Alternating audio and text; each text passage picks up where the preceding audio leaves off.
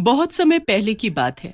रमेश नगर नाम के एक गांव में एक बहुत ही गरीब परिवार रहता था। उस परिवार में महेश, उसकी पत्नी जया और उनकी 7 साल की बेटी पिंकी रहती थी। सर्दियों का मौसम था और इस बार ठंड ने सारे रिकॉर्ड तोड़ रखे थे। महेश के घर के हालात इतने ज्यादा बुरे थे कि वो इतनी कड़कती ठंड में भी एक स्वेटर नहीं खरीद पा रहे थे। जया बेचारी बिना स्वेटर के अपना पूरा दिन ठिठुरते हुए निकाल रही थी। माँ, आप पूरा दिन ठंड में ठिठुरती रहती हो, अब आप भी अपने लिए एक स्वेटर बना लो। तू मेरी फिक्र मत कर, तेरे पापा के पास जब पैसे हो जाएंगे तो वो मुझे स्वेटर दिला देंगे। क्या हम इतने गरीब हैं कि एक स्वेटर भी नहीं ले सकते? बेटी, हम तो पेट भर खाना खा ले उतना ही बहुत है। पिंकी को अपनी माँ के लिए बुरा लगता रहता है कि उनके पास एक स्वेटर भी नहीं है। वो कैसे ठंड में पूरा दिन काम करती है। वो स्कूल के बाद यही सोचते सोचते दूर निकल जाती है और वहाँ एक घने बगीचे में पहुंच जाती है। वहाँ उसे एक बरगद के पेड़ पर एक बड़ा ही सुंदर स्वेटर लटका दिखता है। पिंकी की आंखें खुशी से चमक उठती है। अरे वाह, इतना सुंदर स्वेटर! ये तो माँ को बड़े अच्छे से आएगा। मुझे कैसे भी करके इस स्वेटर को पेड़ से उतारना ही होगा। बस फिर पिंकी जल्दी से एक लंबी सी डंडी ढूंढ कर लाती है और पेड़ से उस स्वेटर को उतार लेती है। जैसे ही पिंकी उस स्वेटर को हाथ में लेती है, उसके शरीर में एकदम गर्मी आ जाती है। उसे समझ ही नहीं आता कि बस स्वेटर को हाथ लगाते ही इतनी गर्मी कैसे आ सकती है। पर वो खुश भी बड़ी होती है कि अब उसकी माँ को ठंड में नहीं रहना पड़ेगा। पिंकी जल्दी से स्वेटर लेकर घर पहुंचती है। पिंकी की माँ पिंकी के हाथ में इतना सुंदर स्वेटर देखकर चौंक जाती है।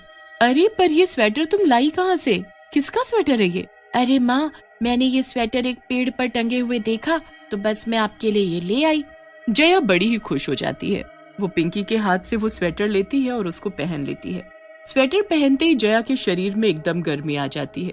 उसे तो ऐसा महसूस होने लगता है जैसे ठंड नहीं बल्कि गर्मियों का मौसम हो। अरे वाह बेटी, ये तो बहुत ही गर्म है। तुम मेरे लिए कितनी अच्छी चीज लेकर आई हो।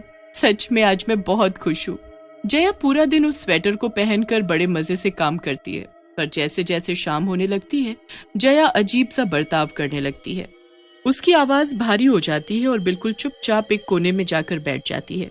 पिंकी को बहुत तेज भूख लगती है, इसलिए वो अपनी माँ से खाना मांगने जाती है, पर वो पिंकी को डांट कर भगा देती है। उसके बाद जब महेश काम से वापस घर आता है और वो जया से खाना मांगता है, तब भी वो चिल्लाने लगती है। महेश को बड़ा गुस्सा आता है। क्या तुम पागल हो गई हो जो बिना वजह गुस्सा किए जा रही हो? ना तुमने आज पिंकी को खाना दिया और माँ भी कब से भूखी है। तुम्हारा दिमाग तो ठीक है कि नहीं? ओए, मेरा दिमाग खराब मत कर, समझा? वरना अभी के अभी तेरी गर्दन मरोड़ कर तुझे यहीं जमीन में गाड़ दूंगी। इतनी बदतमीजी! तू सच में पागल हो गई है। पता नहीं पापा, जब से माँ ने ये स्वेटर पहना है तब से वो एक कोने में बैठी है और किसी से बात भी नहीं कर रही। ऐसा है? अभी के अभी मुझे ये स्वेटर उतार कर वापस दो। इस स्वेटर में ही आग लगाता हूँ मैं अभी। बस इतना सुनते ही जया गुस्से से लाल हो जाती है और चुड़ैल में बदल जाती है। जया को चुड़ैल के रूप में देख महेश की हालत खराब हो जाती है और पिंकी तो जोर जोर से रोने लगती है। तेरी इतनी हिम्मत जो तू मेरे स्वेटर को आग लगाएगा। तूने अगर इस स्वेटर को हाथ भी लगाया तो मैं तेरी जान ले लूंगी, समझा? जया, जया, तुम्हें ये क्या हो गया है? ये तुम चुड़ैल कैसे बन गई? मैं कोई जया नहीं हूँ, मेरा नाम रागिनी है, रागिनी, समझा? और अब मैं तेरी जान ले लूंगी। मुझे माफ कर दो रागिनी, मुझे नहीं चाहिए तुम्हारा स्वेटर। बस मुझे कुछ मत करो। पर याद रखना, अगर मेरे स्वेटर की तरफ नजर भी उठाकर देखा तो आंखें निकाल लूंगी। जैसे तैसे चुड़ैल शांत हो जाती है और वापस जया में बदल जाती है। जया को कुछ होश भी नहीं होता कि उसके साथ अभी अभी क्या हुआ है। क्या हुआ? तुम दोनों ऐसे क्यों खड़े हो? चलो खाना खाते। माँ, अभी आपको क्या हुआ था? मुझे क्या हुआ था? मैं तो बिल्कुल ठीक हूँ। अरे कुछ नहीं, चलो चलकर खाना खाते हैं, बहुत तेज भूख लग रही है।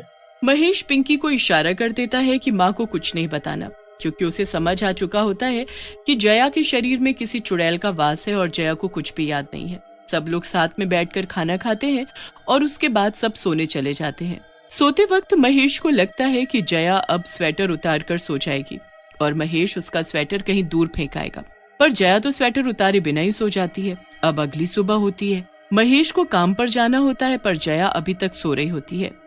जया, जया, जल्दी उठो, देखो दिन निकल आया है।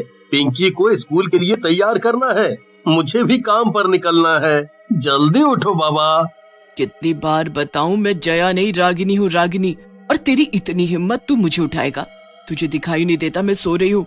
मुझे उठाने की दोबारा हिम्मत मत करना, समझा? मुझसे गलती हो गई, माफ कर दो। तुम आराम से सो जाओ। हाँ, मैं तुमको नहीं उठाऊंगा। महेश फिर पिंकी से उस स्वेटर के बारे में पूछता है। पापा, वो स्कूल से आगे जाकर बगीचे में जो बड़ा सा बरगद का पेड़ है, उस पर से। महेश फिर पिंकी के साथ उस बगीचे में जाता है और वहाँ खड़े बरगद के पेड़ को ध्यान से देखता है। वो वहाँ खड़ा देख ही रहा होता है कि तभी उधर से एक आदमी गुजरता है जो महेश को टोकता है। अरे भाई, तुम इस मनहूस पेड़ को क्यों देख रहे हो? चले जाओ यहाँ से। मनहूस मतलब? ऐसे क्यों बोल रहे हो? अरे भाई, क्या तुमको कुछ नहीं पता? क्या नहीं पता? अरे कुछ समय पहले यहाँ एक लड़की की लाश लटकी हुई मिली थी। बड़ी ठंड का समय था। सुना है उसकी सौतेली माँ उसे हमेशा इस पेड़ पर बांध दिया करती थी। एक दिन तो उसकी माँ ने हद ही कर दी। हाँ, कड़कती दिसंबर की ठंड में उसका स्वेटर उतार कर उसे इस पेड़ से लटका दिया।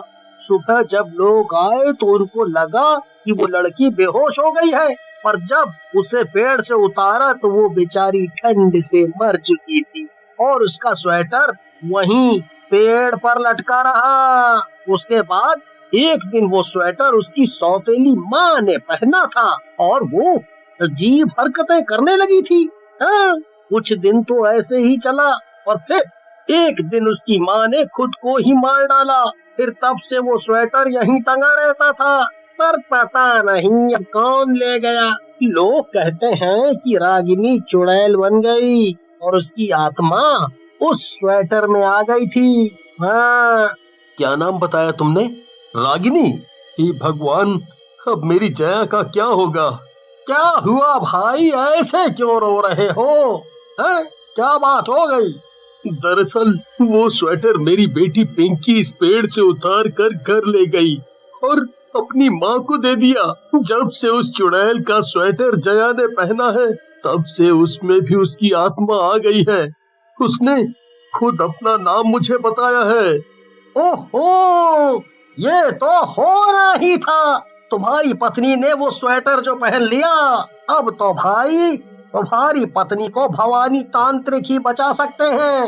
हाँ, वो दूसरे गांव में रहते हैं। तुम जल्द से जल्द उनको बुला लाओ। बस फिर महेश जल्दी से भवानी तांत्रिक को घर लेकर आता है। भवानी तांत्रिक जया को अपने सामने बिठाते हैं और उसे वो स्वेटर उतारने को कहते हैं। बस इतना सुनते ही जया एक चुड़ैल में बदल गई और बुरी तरह चिल्लाने लगी।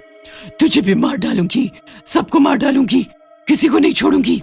जिसने तेरे साथ बुरा किया उसे तो तू मार ही चुकी है। अब तुझे इन गरीब लोगों को मारकर क्या मिलेगा? अच्छा लगता है मुझे, मैं मारूंगी, सबको मारूंगी। तांत्रिक अपनी कोशिश कर लेते हैं, पर चुड़ैल जया का शरीर छोड़ने को तैयार ही नहीं होती। वो तो बस उसे मारने पर तुली होती है। उसके बाद तांत्रिक भी हार मान लेता है। उसके बस में ही नहीं होता कि वो उस चुड़ैल को जया के शरीर से निकाल सके। चुड़ैल अपना ही गला दबाना शुरू कर देती है। नहीं छोड़ूंगी, तुम्हारी हिम्मत कैसे हुई मेरा स्वेटर लेने की? नहीं छोड़ूंगी किसी को। अपनी माँ को मरते देख पिंकी उस चुड़ैल के आगे हाथ जोड़कर बैठ जाती है और रोने लगती है। ये सब मेरी गलती है। हम बहुत गरीब हैं और पापा के पास माँ को एक स्वेटर दिलाने के भी पैसे नहीं थे।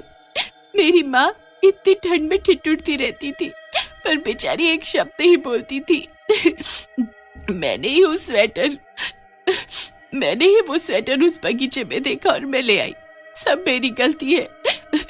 आप मुझे मार दो, पर प्लीज मेरी माँ को छोड़ दो। उनकी गलती बस इतनी थी कि वो ठंड नहीं बर्दाश्त कर पा रही थी और मुझसे ये सब देखा नहीं गया। पिंकी को ऐसा करते देख उस चुड़ैल का सारा गुस्सा खत्म हो जाता है। उसे पिंकी को देख अपनी जिंदगी याद आ जाती है। चुड़ैल जया के शरीर को छोड़कर चली जाती है। उसके जाते ही जया बेहोश हो जाती है। होश में आने के बाद उसे कुछ भी याद नहीं रहता। वो तो बस अपने नए स्वेटर के लिए खुश होती है।